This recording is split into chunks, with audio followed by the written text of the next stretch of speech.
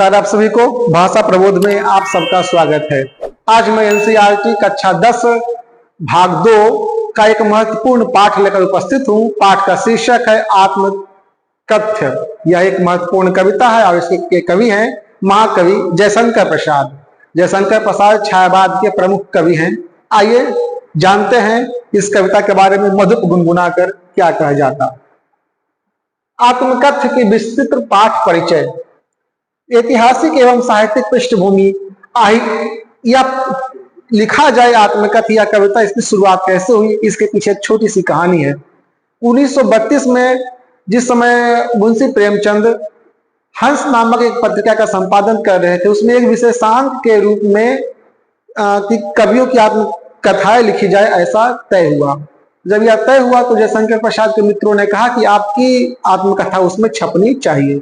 जयशंकर प्रसाद कभी भी अपने जीवन को, अपने व्यक्तिगत जीवन की कमियों, दुखों और यादों को सार्वजनिक नहीं करना चाहते थे, क्योंकि जब आप आत्मकथा लिखते हैं तो आत्मकथा में आपको सारी बातें स्पष्ट रूप से कहनी होती है। थोड़ा हम समझ लेते हैं जीवनी, आत्मकथा और आत्मकथ्य में अंतर क्या है, ताकि आपको जो दोनों के बीच में जो सूक्ष्मता है, जो सूक्ष्म अंतर है, वह स्पष्ट हो सके। जीवनी में सामान्य तौर पे जीवनी आप स्वयं नहीं लिखते हैं, आपके बारे में कोई और लिखता है, तो वह आपके पूरी बातें लिखता था, जन्म से लेकर मृत्यु तक उसमें पूरी घटनाओं का वर्णन होता है, तो जीवनी हो गई। आत्मकथा आप स्वयं लिखते हैं, लेकिन उसमें मृत्यु का वर्णन नहीं होता, क्योंकि जब आप स्वयं लिख रहे हैं तो अपनी मृत्यु का वर्णन आप कैसे कर सकते हैं। आत्मकथ्य में केवल मन की कही गई बातें होती है, न तो इसमें जीवनी होती है, न तो पूरा विस्तार होता है, न तो कोई कहानी होती है, लेकिन आप अपने मन की व्यथा, मन की जो बातें कहना चाहते हैं आत्मकथ्य में कह सकते हैं। तो आत्मकथ्य, इसका नाम ही आत्म अर्थात स्वयं कथ्य मतलब कही गई बातें, स्वयं की कही गई बातें आत्मकथ्य कहलाती हैं। तो जयशंकर प्रसाद लिखना तो नहीं चाहते थे, लेकिन मित्रों के आग्रह के कारण उन्होंने आत्मकथा तो नहीं लिखी, लेकिन आत्मकथ्य के नाम से एक बहुत ही सुंदर कविता जरूर इस दुनिया को दी, जिसे हम आज भी पढ़ते हैं, गुनगुनाते हैं। यह छायावाद की प्रमुख कविताओं में से एक है। यह पहली बार कब प्रकाशित हुई? 1932 में हंस नामक पत्रिका में प्रकाशित हुई, जिसका संपादन प्रेमचंद कर रहे थे। और फिर काव्य संग्रह लहर नाम से इनकी काव्य संग्रह आई, जयशंकर प्रसाद की, जो 1935 में आई। इसमें यह कविता मधुप गुनगुना कर पहली बार प्रकाशित हुई। शिल्प और शैली, छायावादी प्रवृत्तियां और सूक्ष्मता। शिल्प और शैली की ऐसी कविता की यह कविता शुद्ध छायावादी शैली का अनुपम उदाहरण है। छायावाद की प्रमुख विशेषता होती है अपने मनोभावों को सीधे सीधे ना कहकर प्रतीकों और बिंबों के माध्यम से व्यक्त करना। सीधे सीधे किसी बात को ना कहना, मानवीकरण, अलंकार का इसमें पूरा भरपूर प्रयोग होता है। जैसे गीत है कि 14वीं का चांद हो या आफताब हो, जो भी हो तुम खुदा की कसम लाजवाब हो। यह मानवीकरण अलंकार का बहुत ही सुंदर सा उदाहरण है। एक और गीत है, प्रकृति का मानवीकरण क्या है कि नैनों में बदरा छाए, बिजली सी चमके हाय, ऐसे में सजन मोहे अंगिया लगा ले। तो नैनों में बदरा छा रहा है, क्या है संभव है कि बदरा नैन में छा जाए? लेकिन मानवीकरण अलंकार में हम ऐसा करते हैं, और यही छायावाद का अत्यंत प्रिय उदाहरण है फिल्मी गीतों के द्वारा। और फिर हम जानते हैं कि इसमें और क्या होता है, रहस्यवाद की बातें होती है, अज्ञात के प्रति प्रेम की बातें होती है, वेदना और निराशा में जो खुशी मिलती है उसकी बातें होती है, जैसे लग जा गले, फिर हंसी रात, हो ना हो, कई सारे उदाहरण है। इस गीत में, इस कविता में भी कई सारे उदाहरण है। प्रसाद जी अपने अंतर मन की वेदना और जीवन के यथार्थ को प्रकट करने के लिए ललित, सुंदर, नवीन और अमूर्त बिंबों का सहारा लेते हैं। जैसे मन को क्या कहते हैं? मधुप कहते हैं। मधुप गुनगुना कर कह जाता कौन कहानी यह अपनी। तो मधुप थोड़ी गुनगुना के अपनी बात कह रहा है, मधुप तो एक बिंब है, एक प्रतीक है। स्वयं गुनगुना रहे हैं जयशंकर प्रसाद, है ना। तो मधुप अर्थात मन को उन्होंने क्या कहा? भंवरा कहा। जीवन को रीति जागर का, खाली घड़ा। जीवन क्या है? खाली घड़ा के समान है। और अंतर्मन की कथा को गुदड़ी के रूप में चित्रित करना, ये सब छायावाद शिल्प और शैली के अनुपम उदाहरण हैं। रस और अस्थाई भाव कौन सा है? वियोग रस और करुण रस का सम्मिश्रण इस कविता में है। कविता में कवि के अतीत और सुखद क्षणों की यादें हैं जो आलिंगन तक आते आते मुस्कुराकर भाग गई। अपनी उस प्रियतमा की स्मृति को कवि जीवन का संबल अर्थात पाथेय मानते हैं। पाथेय अर्थात रास्ते की यादें मानते हैं जिसके सहारे उन्हें अपने जीवन को बिताना है। अतीत के सुखों को छिन जाने और वर्तमान की रिक्तता के कारण यहाँ वियोग, श्रृंगार और गहरे दुख के कारण करुण रस की अंतर्धारा प्रवाहित होती है। छंद, लय और गीता। मुक्तक छंद किंतु संगीतात्मक है। यद्यपि यह कविता आधुनिक काल की खड़ी बोली में लिखी गई है, फिर भी इसमें गजब का आंतरिक प्रवाह और संगीतात्मकता है। इस गीत को जब भी आप पढ़ें तो गाकर पढ़ें। गाकर पढ़ने से आप इसके अंदर जो गीता है उसे पहचान पाएंगे और इसका आप उस जो करुण रस है उसका आप ज्यादा आनंद उठा पाएंगे। प्रसाद जी की इस कविता में मुख्य अलंकार कौन कौन से? तो रूपक हैं, पुनरुक्ति है, मानवीकरण अलंकार है। जहां छायावाद की बातें होगी वहां पर रूपक और मानवीकरण अलंकार तो होगा ही होगा।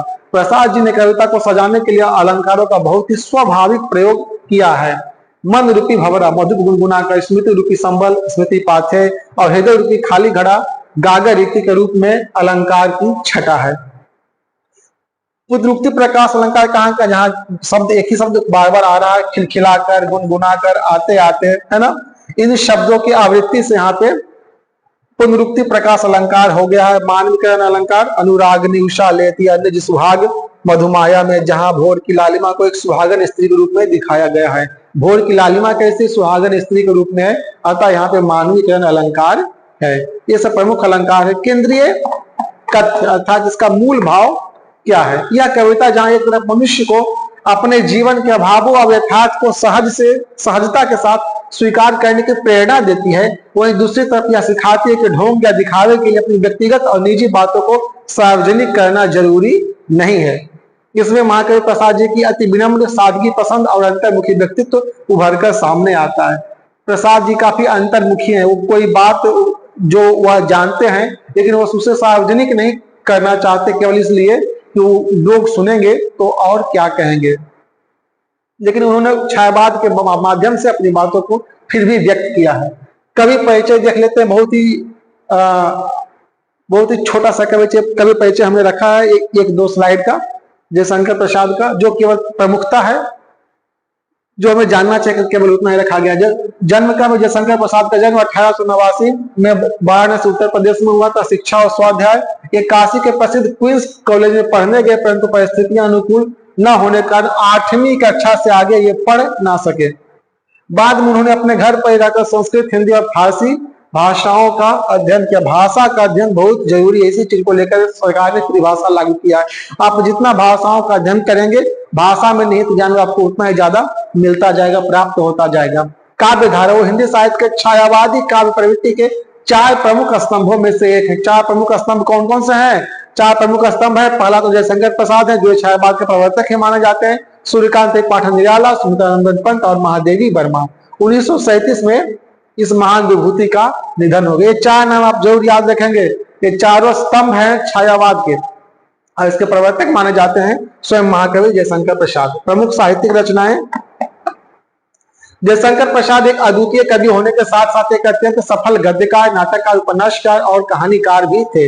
काव्य कृतियां इनकी कौन कौन सी? इनकी कविता संग्रह कौन के? चित्राधार, कानन कुसुम, झरना, आंसू लहर। लहर वही काव्य संग्रह जिसमें गुनगुनाकर कविता छपी है। और कामायनी तो बहुत ही गजब की बात है ना, कविता है। विशेष उपलब्धि आधुनिक हिंदी के सर्वश्रेष्ठ काव्य कृति माने जाने वाली कामायनी पर उन्हें मंगला प्रसाद पारितोषिक पुरस्कार प्रदान किया गया था। वेरी वेरी इंपॉर्टेंट है, सर याद रखिएगा, कई बार प्रश्न पूछा गया है कि मंगला प्रसाद पारितोषिक जयशंकर प्रसाद को किस पुस्तक पर मिला, तो आपका उत्तर हो जाएगा कामायनी पर। नाटक अजातशत्रु, चंद्रगुप्त, स्कंदगुप्त और ध्रुव स्वामिनी। उपन्यास कंकाल, तितली और इरावती। देखिए इरावती 9th में संस्कृत की बुक है। कहानी संग्रह आकाशदीप, आंधी और इंद्रजाल, ये इनके कहानी संग्रह हैं। साहित्यिक काव्यगत विशेषताएं। प्रसाद जी के गुण, प्रसाद जी का साहित्यिक जीवन में कोमलता, माधुर्य, शक्ति और ओज का अनूठा संगम माना जाता है। कविता की प्रमुख विशेषताएं: छायावादी शैली के अनुपम अनुरूप उनकी कविताओं में अत्यधिक काल्पनिक चेतना, सौंदर्य का सूक्ष्म चित्रण, प्रकृति प्रेम, देश प्रेम और शैली का लाक्षणिकता प्रमुखता से दिखाई देती है। गहन अभिरुचि: इतिहास और दर्शन में उनकी गहन अभिरुचि थी, जिसका स्पष्ट प्रभाव उनके संपूर्ण साहित्य और कथा वस्तु पर दिखाई पड़ता है।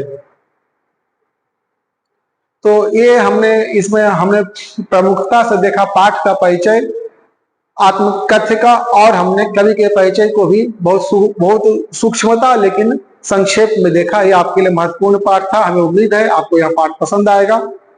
अगर ये पसंद आता है तो हमें लाइक कीजिए, सब्सक्राइब कीजिए, वीडियो को शेयर करना नहीं भूलें। आज के लिए इतना ही, मिलते हैं फिर अगले वीडियो में। जय तु भारतम, जय तु संस्कृतम।